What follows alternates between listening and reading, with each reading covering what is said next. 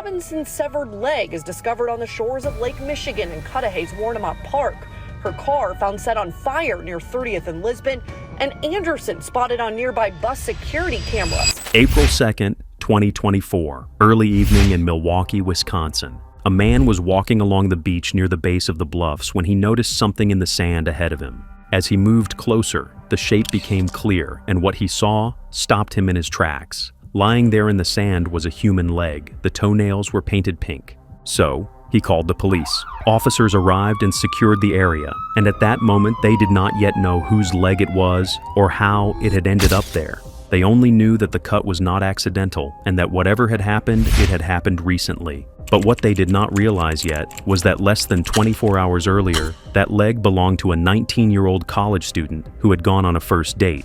And within the next 48 hours, investigators would connect that discovery to a burned Honda Civic found in an alley on the north side of the city, to a young woman who had been reported missing by her family and co-workers, and to a man who had been captured on surveillance cameras moving across Milwaukee in the early morning hours. And as those pieces came together, the search widened from a single shoreline to parks, wooded areas, and neighborhoods across the city, because detectives understood something disturbing very quickly. This was Sade Robinson. Demon and his whole ass attorney, they knew exactly what he did and what he was responsible for. They took us through extreme agony and I took this to trial without ever once trying to make a plea deal of any kind, because I did not commit these crimes. And so I plan to appeal my conviction. But before we begin, if you find this video interesting, please give it a like at the end and tell me what you think about the case. It really helps the channel. Let me know in the comments where you're watching from. And don't forget to subscribe for more. Thank you. This video is created solely for educational and documentary purposes. It does not endorse, glorify, or condone any of the criminal actions or individuals described in this case. Viewer discretion is advised. Sade Robinson was born on May 10, 2004, in Vicksburg, Mississippi, to her parents, Sheena Scarborough and Carlos Robinson. She was their first child, and from the beginning, she carried herself with a kind of independence that stood out. When she was just under 2 years old, her mother moved with her to Milwaukee, Wisconsin, and that is where most of her childhood unfolded. However, her life was not limited to one place, because she also spent time in Florida with her father, moving back and forth during her early years, learning to adapt, learning to belong in more than one world. As a teenager, she briefly relocated to Florida to live with her dad and attended Ida S. Baker High School, but she grew homesick and returned to Milwaukee in late 2019. She enrolled at Riverside University High School and, determined to stay on track, she graduated early. That decision alone said a lot about who she was. After high school, she enrolled at Milwaukee Area Technical College in 2022, where she chose to study criminal justice. And by the spring of 2024, she was just 1 month away from completing her associate degree. May 2024 would have marked that milestone. She was 19 years old and already mapping out the next steps. But Sade did not just study. She was also an employee at Pizza Shuttle since 2021, and in addition to Pizza Shuttle, she worked a second job at the Wisconsin Club, and she even helped her younger sister, Adriana Reams, secure a job there as well. By 19, Sade had bought her own car, secured her own apartment, and managed her own bills, and her discipline showed in a post she shared after returning from a solo trip to Jamaica in early 2024. She described it as her first trip out of the country and said she had worked hard for it, juggling 5 classes while working 60 to 80 hours a week and still maintaining a 3.5 GPA. But that's not all. She was considering enrolling in the U.S. Air Force and following in the footsteps of veterans in her family. But on April 1st, 2024, with her degree nearly complete and her life steadily expanding, she agreed to meet someone new, and that was where the tragedy began. Maxwell Stephen Anderson was born on May 26, 1990, and by the spring of 2024, he was 33 years old and living on the south side of Milwaukee near South 39th Street and Oklahoma Avenue. On the surface, he blended easily into the city's nightlife scene. He worked as a bartender at several local establishments over the years, including venues like The Rave and Jukes on Water, and at one point he had also worked at the Twisted Fisherman, the same seafood restaurant that would later become part of this case. To most customers, he appeared to be just another familiar face behind a bar counter, someone who poured drinks, made small talk, and went home after closing time. But there was more to his history, and much of it was documented in court records long before he ever met Sade Robinson. In April 2011, Maxwell enlisted in the United States Navy, and records show that his service lasted until January 2012. The circumstances surrounding his discharge were not fully detailed in public documents, but his time in the military was brief, and he returned to civilian life in Wisconsin less than a year after joining. From there, his record began to grow. Between 2014 and 2022, Maxwell accumulated several criminal charges across Waukesha County and Door County. Court documents reflected incidents involving disorderly conduct and domestic, as well as operating a vehicle while intoxicated. In one 2014 case tied to an incident involving a family member, he was convicted of misdemeanor disorderly conduct. In a separate 2015 case in Door County, records showed charges connected to domestic violence and intimidating a witness. There were additional citations related to alcohol-related behavior and confrontations. And while many of these cases resulted in misdemeanor convictions or reduced outcomes, they established a pattern of volatility that followed him into his 30s. Former partners later described behavior that aligned with those records, including heavy drinking, jealousy, and controlling tendencies. He lived alone at the house on South 39th Street, a modest property that would later become central to the investigation. And then there was the dating history. By early 2024, Maxwell was active on multiple dating apps, including Hinge, Tinder, and Bumble. Investigators later confirmed through digital records that he spent significant time on these platforms, arranging dates and communicating with women in the Milwaukee area. That digital activity would become critical once detectives began retracing the final hours of Sade Robinson's life. Because Sade met him online, the two connected through a dating app in the weeks leading up to April 1st, 2024, and according to phone records later presented in court, their conversations escalated from app messages to direct texting. They exchanged plans, discussed meeting locations, and arranged a first date. There was nothing in those early exchanges that suggested danger. On paper, it looked like what millions of people do every day. Two adults agreeing to meet for dinner. And by April 1st, they had plans. That morning, she video chatted with her mother, Sheena Scarborough, and Sade mentioned that she had a date later that evening. She even took extra time choosing what to wear, and she decided on ripped blue jeans, a white top, white shoes, and a black puffy coat. As she headed downstairs, she briefly spoke with the building secretary and mentioned that she was meeting someone for the first time that night, and nothing about that conversation stood out at the time because it felt normal, routine, even hopeful. By mid-afternoon, the plan was still coming together through text messages. At 4:15 p.m., Sade reached out to Maxwell Anderson to confirm where they would meet, and the exchange that followed would later be preserved in investigative records. She asked about the location and timing, and he initially suggested meeting downtown. He then mentioned he needed to stop at the Twisted Fisherman to pick up his W-2 form from when he had worked there, and he asked if they could eat there first. Sade responded that she was feeling seafood, and he replied, "Sounds good. I'm about to leave. I'll be there soon." A few minutes later, he texted, "Just got to Twisted." She replied, "Okay, are you inside?" And he answered, "Yes." At 5:09 p.m., surveillance confirmed Maxwell arrived at the Twisted Fisherman. At 5:20 p.m., Sade arrived in her Honda Civic. Cameras showed her parking and walking inside, and the two greeted each other at the bar. Staff later confirmed that Maxwell had previously worked there, which meant he was familiar with the layout and the employees, and that detail would matter later. They ate, they talked, and they ordered drinks. Surveillance footage showed them seated together at the bar for about an hour, appearing relaxed and engaged in conversation. There were no visible signs of distress, and nothing in the footage suggested conflict. To observers, it looked like a typical first date. At approximately 6:29 p.m., they left the restaurant together in Sade's Honda Civic, with Sade driving and Maxwell in the passenger seat. Traffic cameras then captured the vehicle heading toward downtown Milwaukee, and by 6:35 p.m., they arrived at Duke's on Water, a busy sports bar on North Water Street. Inside Duke's, surveillance again showed them at the bar, ordering drinks and interacting casually. At one point, they were seen leaning in close and hugging briefly. They remained there for several hours, moving between the bar and the seating area, and nothing outwardly signaled that anything was wrong. According to investigators, this was the last confirmed public footage of Sade alive. At 9:24 p.m., the Honda Civic arrived near Maxwell's home on South 39th Street and Oklahoma Avenue. A security camera captured the back gate of the property opening, and two figures were seen entering through the backyard rather than the front door. The footage showed movement consistent with two people walking toward the house, and then the gate closed behind them. Phone data later confirmed that Sade's device remained in that location for approximately 3 hours. Cell tower pings and app-based location sharing data placed her phone within a tight radius of that address from shortly after 9:24 p.m. until just after midnight. During that time, there were no outgoing calls for help, no signs of her leaving, and no additional public footage of her movements. Neighbors reported hearing nothing unusual. There were no recorded disturbances. From the outside, the house appeared quiet. And then, sometime after 12:45 a.m. on April 2nd, movement resumed, but not from Sade. Surveillance cameras in the alley captured the Honda Civic leaving the property.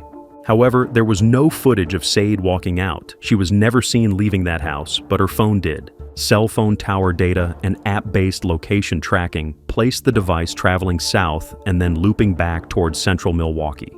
At one point, it passed near Sade's own apartment building, but surveillance confirmed she never returned home. Instead, the phone kept moving, crossing neighborhoods in the early morning darkness while most of the city slept. Shortly after 1 a.m., the phone pinged near a park area along the Milwaukee River, consistent with Pleasant Valley Park and the surrounding Marina Road area. Data indicated the device remained there for a short period before continuing east toward Lake Michigan. Then, between 2:45 and 3 a.m., the phone's location data placed it near Warnemont Park, the same park where hours later a severed human leg would be discovered. At 2:53 a.m., surveillance cameras near the park entrance captured a vehicle matching Sade's Honda Civic entering the area. The gate arm was struck and broken as the vehicle drove in, and debris consistent with a Honda Civic was later recovered at the scene. A nearby pump house camera then recorded a lone figure walking toward the shoreline at approximately 3:02 a.m. The footage showed the individual moving between the beach and a service road multiple times over the course of more than an hour. Investigators later noted the repeated trips between the vehicle and the shoreline, and the timeline became critical. The vehicle remained inside the park until approximately 4:31 a.m., when it exited and drove away. During that entire window, Sade's phone remained in the same general vicinity. By 4:35 a.m., the car had left Warnemont Park, and the device data showed it traveling again through Milwaukee. What investigators would later reconstruct was a route that crossed several parts of the city in the early morning hours. And at approximately 7:30 a.m., Milwaukee County 911 received calls reporting a vehicle fire near 29th Street and Lisbon Avenue.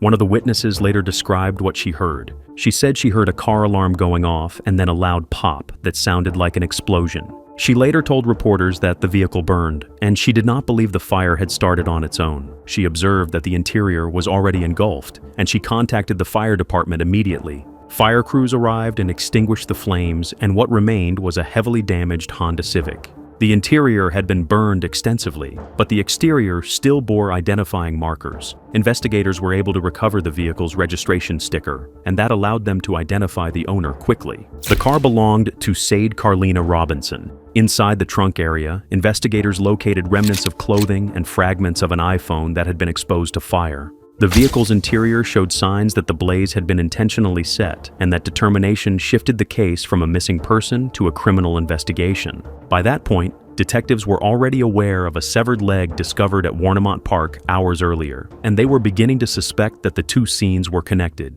Meanwhile, on the morning of April 2nd, Sade did not arrive at her scheduled shift at Pizza Shuttle. She was known for her reliability, and coworkers immediately noticed her absence. Her manager, Justin Romano, later stated that she never missed work without calling ahead, and when repeated attempts to reach her by phone failed, concern grew quickly. Throughout the morning, coworkers tried calling and texting her, but there was no response. So, later that day, a friend and colleague known publicly as AJ decided to check on her in person. AJ drove to Sade's apartment building and noticed something alarming right away. Her Honda Civic was not in its usual spot. She knocked on the apartment door and called out her name, but there was no answer, and that silence pushed AJ to contact police and request a welfare check. Officers went to the apartment, but Sade was not inside. There were no obvious signs of disturbance, and without more information, they could not immediately determine what had happened. However, while police were beginning their checks, Sade's family had already started looking for her themselves. Her mother, Sheena Scarborough, along with other close family members and friends, had access to the Life 360 app that Sade used to share her location. They opened the app and traced her movements from the previous night. The map showed her traveling from the restaurants downtown to a residence on South 39th Street, and then later, in the early morning hours, to several areas across Milwaukee. The final location displayed before her phone battery died was Warnemont Park. So while police were still treating this as a missing person case, her family drove to Warnemont Park and began searching the shoreline and wooded areas themselves.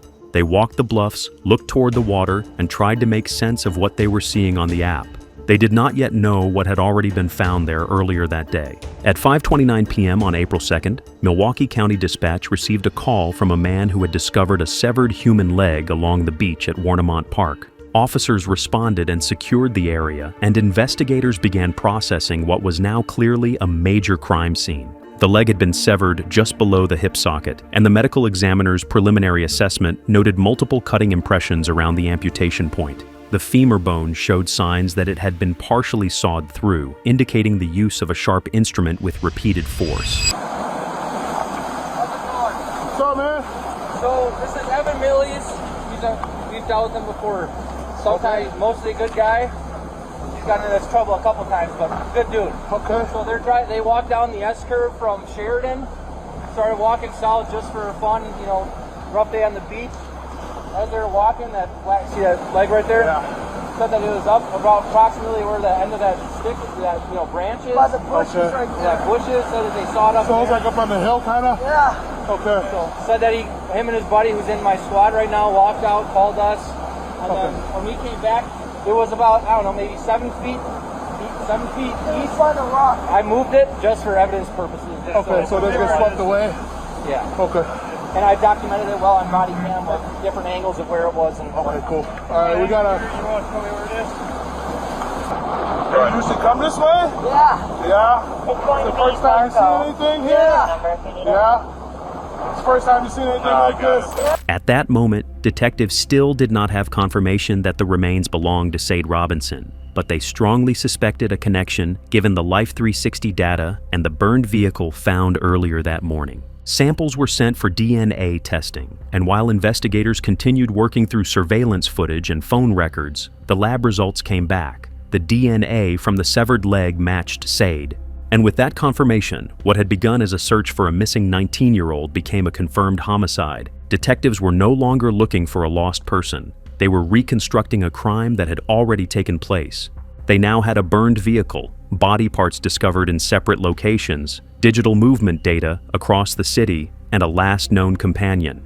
But transit surveillance added another layer. Footage from a Milwaukee County Transit System bus captured a man matching Maxwell's clothing walking away from the area where the burned Honda Civic would soon be discovered. He was seen wearing a dark zip-up hoodie and carrying a tan backpack. He boarded a bus using cash and later exited near Lakefield Drive, a short walk from his home. But that's not all. Investigators also collected physical evidence.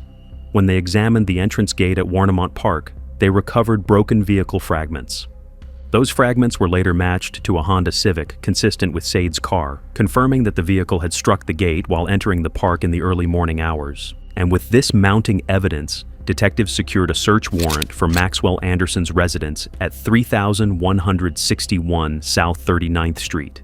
During the search, they located blood on bedding and on a wall leading toward the basement. However, subsequent forensic testing confirmed that the blood did not belong to Sade. Reports later indicated that it was canine blood, which investigators documented accordingly. Even so, the presence of blood and cleaning materials raised questions about what had occurred inside the home. In the garage and storage areas, officers found gasoline containers. That detail aligned with the burned vehicle discovered earlier that morning. The prosecution would later argue that these materials supported the theory that the car fire had been intentionally set.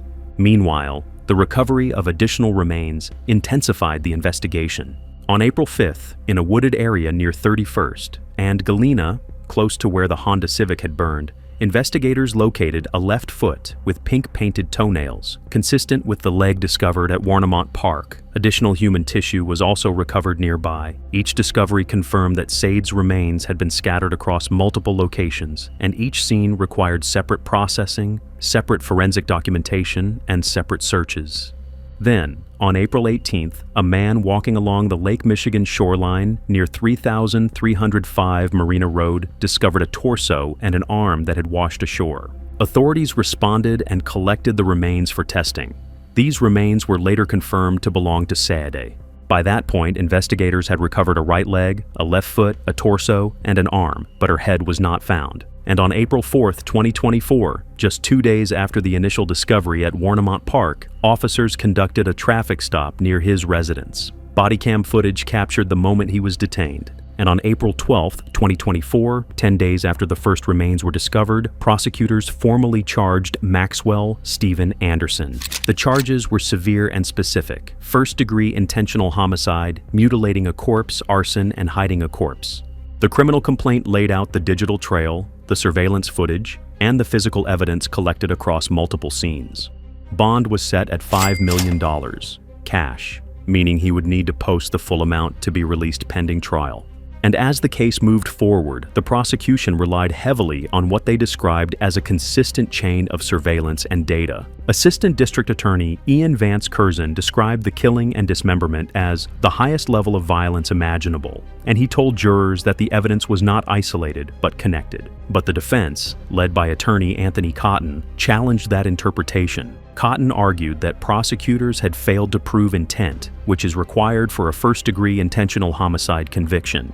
He emphasized that there was no direct video of the act itself and no audio capturing what happened inside the home. He also pointed out that no neighbors reported hearing a struggle that night. Cotton argued that when Anderson boarded the bus after the vehicle fire, he did not conceal his identity and was not visibly covered in dirt or debris, despite the state's theory that he had been in a muddy park area. The defense suggested that the state was drawing conclusions from circumstantial evidence rather than direct proof of intent. The trial began on May 27, 2025, more than a year after the initial arrest. Over the course of the proceedings, jurors heard testimony from investigators, forensic experts, and witnesses who described the discovery of the remains and the recovery of the burned vehicle. They reviewed phone records, location data, and surveillance footage from multiple sources. They were shown how Sade's last known movements aligned with Anderson's movements and how the timeline narrowed to a 3-hour window inside his home. And on June 6, 2025, after deliberating for approximately 45 minutes, the jury returned verdicts on all counts. Maxwell Stephen Anderson was found guilty of first-degree intentional homicide, mutilating a corpse, arson, and hiding a corpse. The decision marked the legal conclusion of the trial phase of the case. On August 1, 2025, he was sentenced to life in prison. Under Wisconsin law, the life sentence carried no possibility of parole unless modified by the court at a future date, and the judge imposed the maximum term allowed. When given the opportunity to speak before sentencing, Anderson maintained his innocence. He stated, "I did not commit these crimes, and so I plan to appeal my convictions." I would like to start by saying that from the bottom of my heart, my deepest and most sincere condolences go out to Sade's family, as well as everyone else affected by this tragedy. That being said, Your Honor, I took this to trial without ever once trying to make a plea deal of any kind, because I did not commit these crimes. And so I plan to appeal my convictions, while I hope and pray that further investigations not only prove my innocence, but find and deliver true justice. Anything else you wish to say? No, ma'am.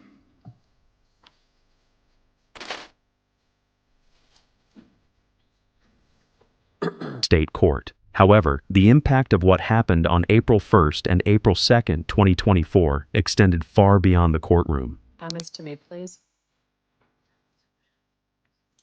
Yes, Your Honor. First off, Your Honor, I would like to thank you and the entire team for what we all had to endure, which was it was freaking torture to even have to be dragged through what we were dragged through. This demon and his whole ass attorney, they knew exactly what he did and what he was responsible for. They took us through extreme agony and pain. We are already dealing with so much trauma. There's no such thing as justice with what you did to my daughter, what you have done to my family. I have bust my ass for over 20 years to raise the best possible angelic light worker kids that do nothing but good.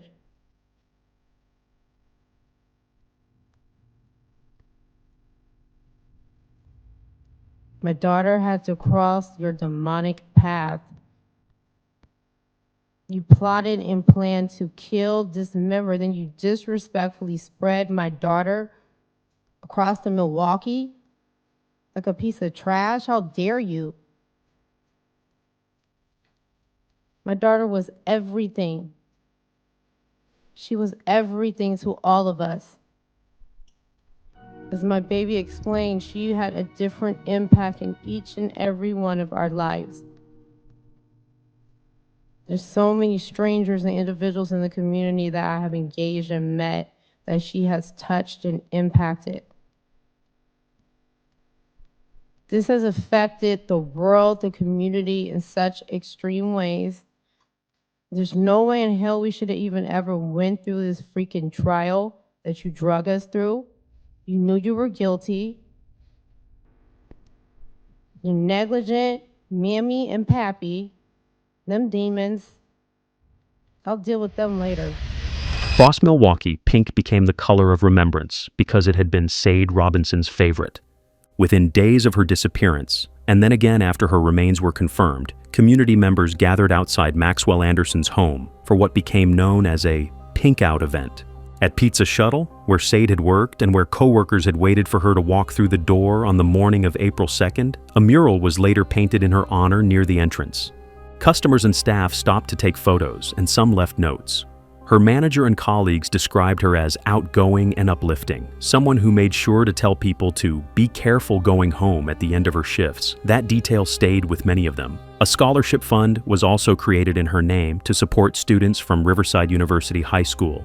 For her family, the fund represented more than financial assistance. It represented continuity. It meant that even though her life was cut short, her goals and values would still help someone else move forward. But the grief remained layered and complicated. Community searches for additional remains continued for weeks, and volunteers walked along beaches and wooded areas hoping to bring closure to her family. Authorities used boats to search portions of Lake Michigan, while several major remains were recovered, including a right leg, a left foot, a torso, and an arm. Questions remained about whether every part of her body had been located. Sade's mother, Sheena Scarborough, spoke publicly more than once. At one point, in the height of her anguish, she compared the case to a 2024 Jeffrey Dahmer, referencing Milwaukee's painful history and demanding accountability not just for her daughter, but for other missing women in the area. She said there were black and brown girls who had gone missing and whose cases had not received the same attention, and she vowed that her family would not remain silent. Her father, Carlos Robinson, spoke about the moment he was told the DNA matched. He said his world crashed down. He described physical pain in his chest and the shock of losing his first child. He said she had changed his life when she was born, and that he had still been hoping she would walk through the door until the confirmation came. And that brings us to the end of this case. What are your thoughts on this case? Let us know in the comments. If this story shook you, there's more on the channel that dives into cases just as haunting. Don't forget to subscribe, hit that like button, and share this video. It helps keep these stories from being forgotten. Thanks for watching, and I'll see you in the next one.